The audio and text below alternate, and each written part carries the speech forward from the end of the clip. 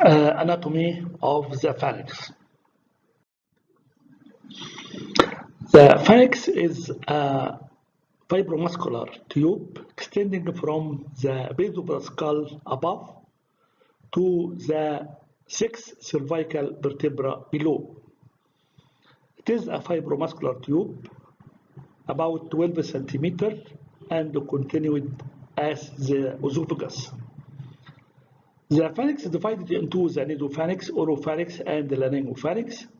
The nasopharynx behind the nose, above skull base, below soft palate, posteriorly the first cervical vertebra, and laterally the pharyngeal opening of the Eustachian tube.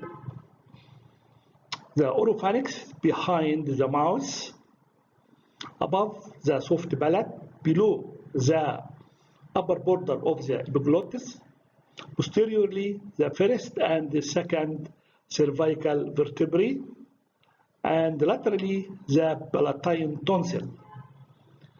The laryngopharynx from the upper border of the epiglottis to the lower border of the cricoid cartilage, posteriorly the third, fourth, fifth, and the sixth cervical vertebrae, and on both sides laterally in the piriform sinus.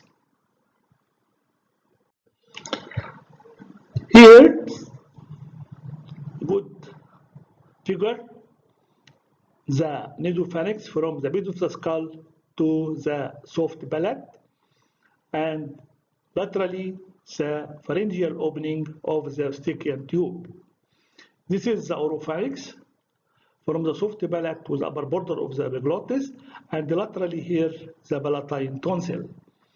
Here the laryngopharynx or hypopharynx from the upper border of the epiglottis to the lower border of the cricoid cartilage, and on both sides here is the piriform fossa, and continued here as the esophagus. This is the musculature of the pharynx. The longitudinal muscles here, stylopharyngeus, salpingopharyngeus, and the palatopharyngeus. The circular muscles are the superior constrictor, middle constrictor, and the inferior constrictor. Here, this is the oropharynx. This is upper border of the epiglottis, and continued here the pharynx as the esophagus. Nasopharynx from above skull base, below soft palate, posteriorly, as we said, the first cervical vertebra. We can see here the nasopharyngeal tonsil or the adenoid. For the frozen molar, this may be the site of nasopharyngeal carcinoma, tubal elevation, and the pharyngeal opening of the Eustachian tube. And here is the passivant ridge. What is the passivant ridge? It is a mucosal ridge at the posterior wall of the nasopharynx. What is the nasopharyngeal isthmus? The nasopharyngeal isthmus is an isthmus to separate the oropharynx from the nasopharynx and so prevent nasal regurgitation of fluid and food from the nose during swallowing. How? This by contraction of the soft palate anteriorly and the passivant ridge, which is a part of the palatopharyngeus muscle posteriorly to close the nasopharynx. Oropharynx, this is the tongue, uvula, anterior pillar, posterior pillar, palatine tonsil, soft palate, and hard palate. The oropharyngeal isthmus is important to separate the oral cavity from the oropharynx. Above the junction of the soft and hard palate, inferior the circumvallate papillae, and on both sides the anterior velar or the palatoglossus. The tongue composed of intrinsic muscles. This is transverse, vertical, and longitudinal, and the extrinsic muscles. These are the palatoglossus, the stylopharyngeus, the hyoglossus, and the genioglossus.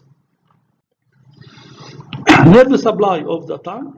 Anterior two-thirds, the taste by the chorda tympani of the facial nerve, the sensory by the lingual nerve, the posterior third, the sensory and the taste by the glossopharyngeal nerve.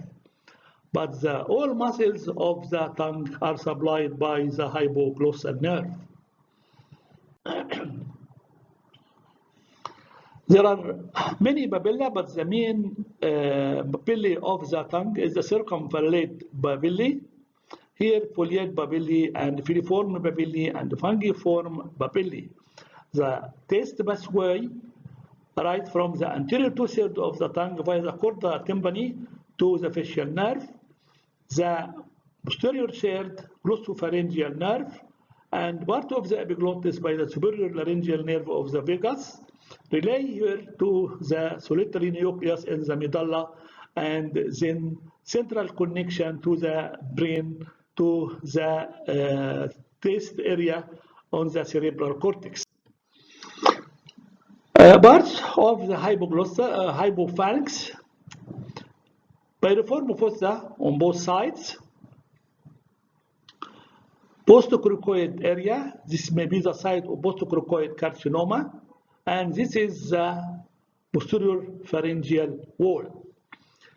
The inferior constrictor muscles have two parts, cyropharyngeus, which oblique, as we see here, and transverse part, which is the cricopharyngeus.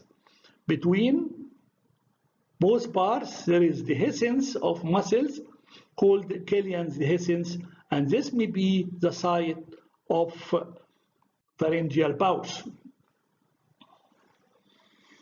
Now about the layers of the pharyngeal wall. From inside outwards, mucosa, and the mucosa of the nasopharynx ciliated columnar epithelium, oropharynx and hypopharynx sulfide squamous epithelium. Then subepithelial lymphoid tissue, this is the Waldeier's ring.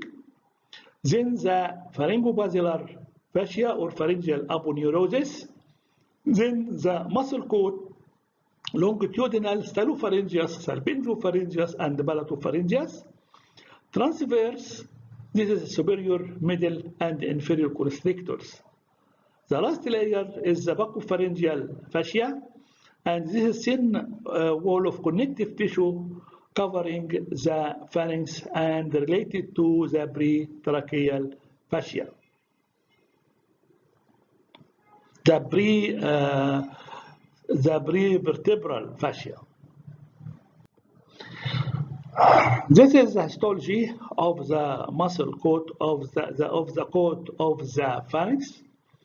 Here the mucosa, here the subepithelial lymphoid tissue, then the pharyngeal aponeurosis, then the longitudinal muscles and the transverse muscles, then the buccopharyngeal fascia. About the muscles here, longitudinal, this is the stylopharyngeus, this is the salpingopharyngeus, and this is the palatopharyngeus. About the circular muscles, are the constrictors. Here, the superior constrictor, here the middle constrictor, and here is the inferior constrictor. Blood supply of the pharynx, all are branches from the external carotid artery. The branches of the external carotid artery, as general, superior thyroid, ascending pharyngeal, lingual, facial, maxillary, occipital, posterior-auricular, and superficial temporal.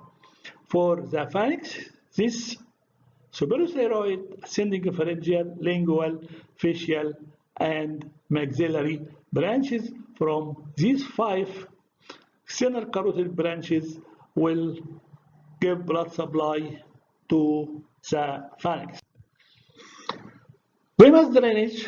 All the veins of the pharynx drain into the pharyngeal venous plexus, which finally drain into the internal jugular vein. Part of the lower part of the pharynx drain into the inferior thyroid veins, and finally to the internal jugular veins.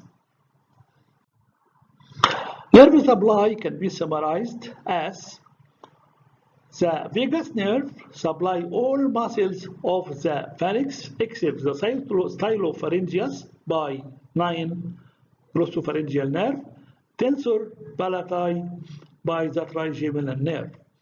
The sensory supply nasopharynx by trigeminal nerve, oropharynx by glossopharyngeal nerve, laryngopharynx by the vagus nerve.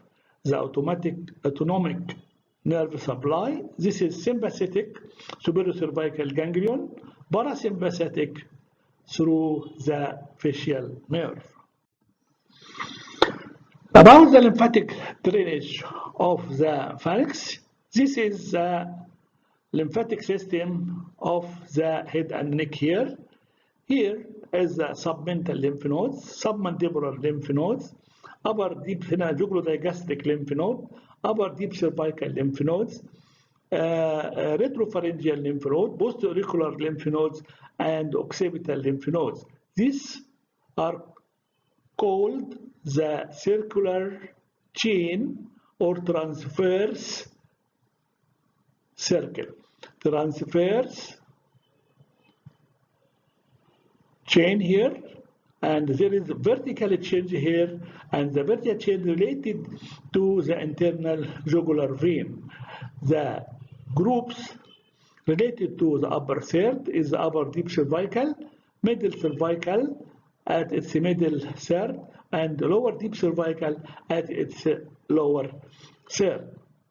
There is surgical classification called level 1 here is the submental and submandibular lymph nodes. Level 2 here related to the upper third of the internal jugular vein, and this is the upper deep cervical lymph nodes. Level 3 here related to the middle part or third of the internal jugular vein. Level 4 here related to the lower third of the internal jugular vein. Level 5 here in the posterior triangle and related to the spinal accessory nerve. And level 6 here is draining the anterior compartment of the neck, like the prelaryngeal and the pretracheal lymph node. The pharynx drains mainly in level 2, 3, and 4. And the nasopharynx here can drain to the retropharyngeal lymph nodes, and the lower pharynx here can drain into the supraclavicular lymph node. Protective mechanism of the respiratory system and the digestive system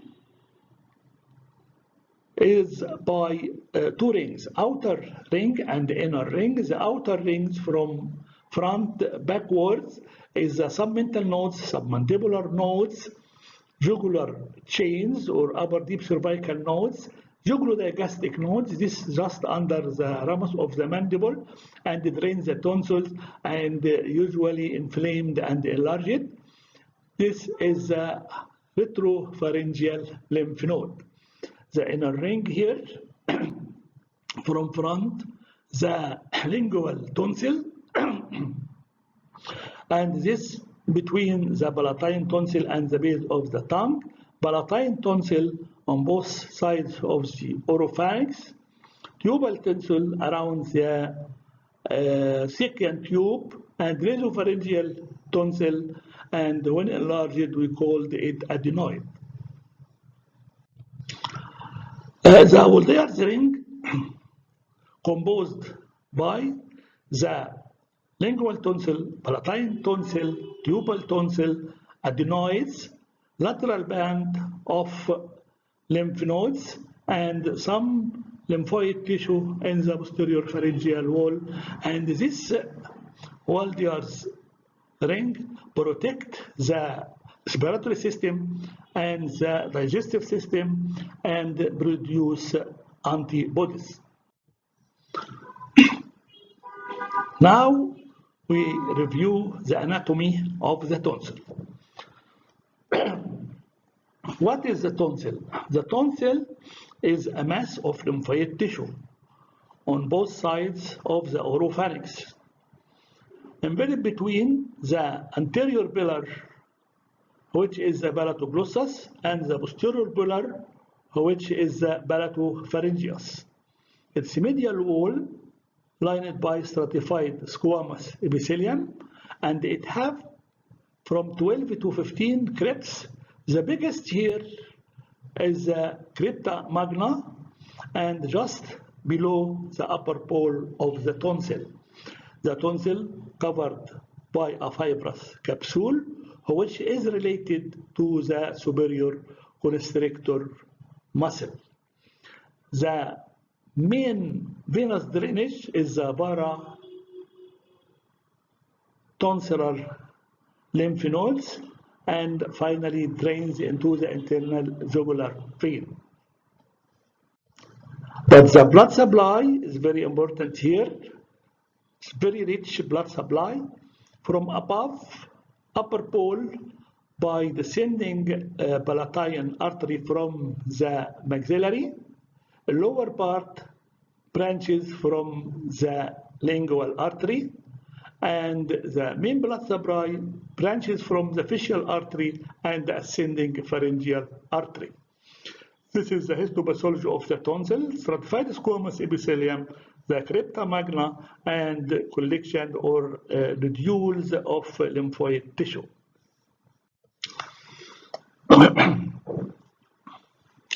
Now we will review the parapharyngeal space. What is the parapharyngeal space? It is a potential space outside the pharynx. It is a potential space outside the pharynx. Extend from the base of the skull above to the greater corner of the hyoid bone inferiorly. So it is an inverted pyramid. Base of skull above, hyoid bone, greater corner below. Posteriorly, here, this is the cervical vertebra. Posteriorly is the cervical vertebra, prevertebral muscles and fascia here. And medially is the buccopharyngeal fascia, which is related to the soft palate and the tonsil. Laterally, bounded laterally by the medial pterygoid muscle, sternomastoid muscle, ramus of the mandible, and deep lobe of the parotid. Here, as we said, this is yellow one. Here is the parapharyngeal space, and this is the parapharyngeal space in the CT. This is the parapharyngeal space. What is the contents of the parapharyngeal space? The carotid sheath containing the carotid arteries and the internal jugular vein, plus the four cranial nerves, sympathetic trunk, and deep cervical lymph nodes. Now review the retropharyngeal space. What is the retropharyngeal space? It is a potential space behind the pharynx. Potential space behind the pharynx. So anteriorly is the posterior pharyngeal wall covered by the buccopharyngeal fascia. Posteriorly, the cervical vertebra covered by the prevertebral muscles and fascia. It is separated by a rough partition here in the middle, and thus two bars on either side, and its content here is the lymph node of Henle. This lymph node of Henle can be degenerated or disappeared from 3 years to 5 years of life. This is a pharynx. Here is the cervical vertebra, and here is retropharyngeal space. Here, this is the retropharyngeal space in this city. Now we have to review the retropharyngeal space in a sagittal plane. This is the pharynx here, pharynx here, until continue with the esophagus. This is the buccopharyngeal fascia. Here is the pretracheal muscles and the fascia, and here is the cervical vertebrae. So this is the retropharyngeal space, extending from the base of the skull above to the superior mediastinum below. What this is a plain X-ray of the retropharyngeal space, and this is the pharynx here. This is the pharynx here, until here it starts to be the esophagus. From this area here, the retropharyngeal space should not exceed 8 millimeters to be normal. But this is the trachea. The tracheo-vertebral space can be 22 millimeters in adult or 14 millimeters in children.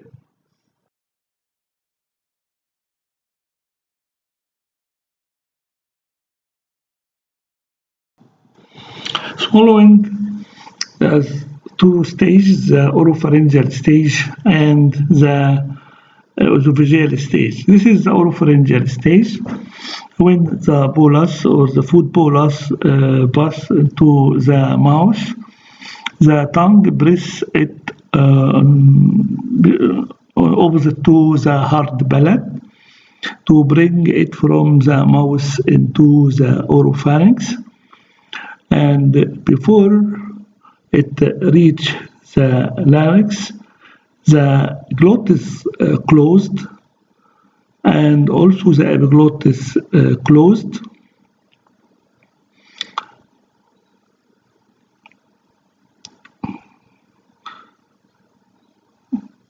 Then the bolus pass the cricopharyngeal sphincter, and then by the peristaltic movement will go down to the lower esophageal opening and then into the stomach. If the food has sticky and there's some remnants, secondary peristaltic movement will bring the remaining food into. This is the examination of the oral cavity. When we open the mouth by the tongue depressor, you can see here the tongue, here the opening of the parotid duct. This opposite the second upper molar teeth. Here we can see the hard palate and the soft palate, the teeth, the tongue, and when we press the tongue upward to see the frenulum of the tongue, and on both sides of the tongue of the frenulum is the opening of the submandibular duct. Here we can see the uvula, and we can see movement of the soft palate. Can see the junction between the soft palate and the hard palate.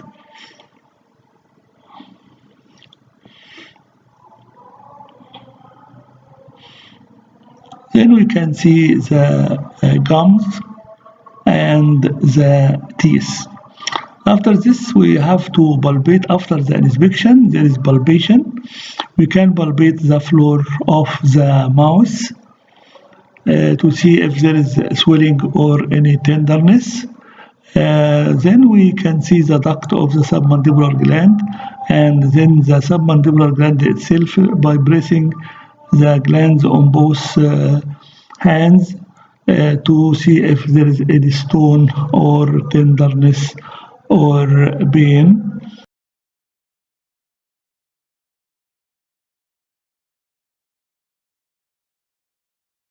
This is endoscopic examination of the pharynx by flexible nasopharyngoscope. Now passing through the nose, through the floor. On the right side is the inferior turbinate, and the left side is the septum. Here is the choana, and then we can see the tubal elevation and the Eustachian tube. Here we can see the adenoid. This is a fossa of frozen molar, which may be the site of nasopharyngeal carcinoma. Now we can go down to see the soft palate and the posterior pharyngeal wall. When we go down more, we can go to the oropharynx now. From the soft palate to the upper border of the epiglottis, this is the oropharynx, and this is the larynx, these two vocal cords. And now the patient can make phonation by saying E to close the glottis. Now this is the ariepiglottic fold. This is the pharyngoepiglottic fold. And now this is the anterior commissure, posterior commissure. This is phonation,